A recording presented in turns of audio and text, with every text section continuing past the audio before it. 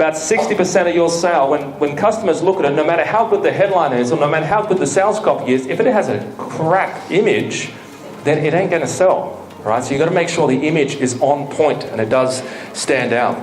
Here's some of those revenues up close and personal.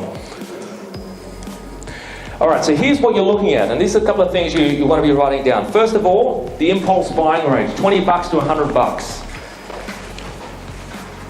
Now, I've been on Amazon, I've been on eBay before, and you guys probably have been there before, and you looked at stuff, it's something's like $200, $300. Sometimes you're like, oh, that's a bit of money, right?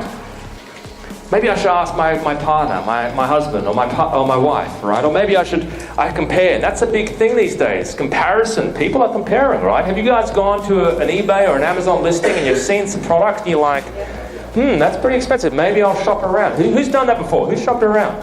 Yeah, now you can. It's quite easy. It's just a matter of Googling a product or looking at your competitors on Amazon. So you want to have an impulse buying range. You want to have something, that sweet spot where people, it's like, if it's under $100, I can't be bothered.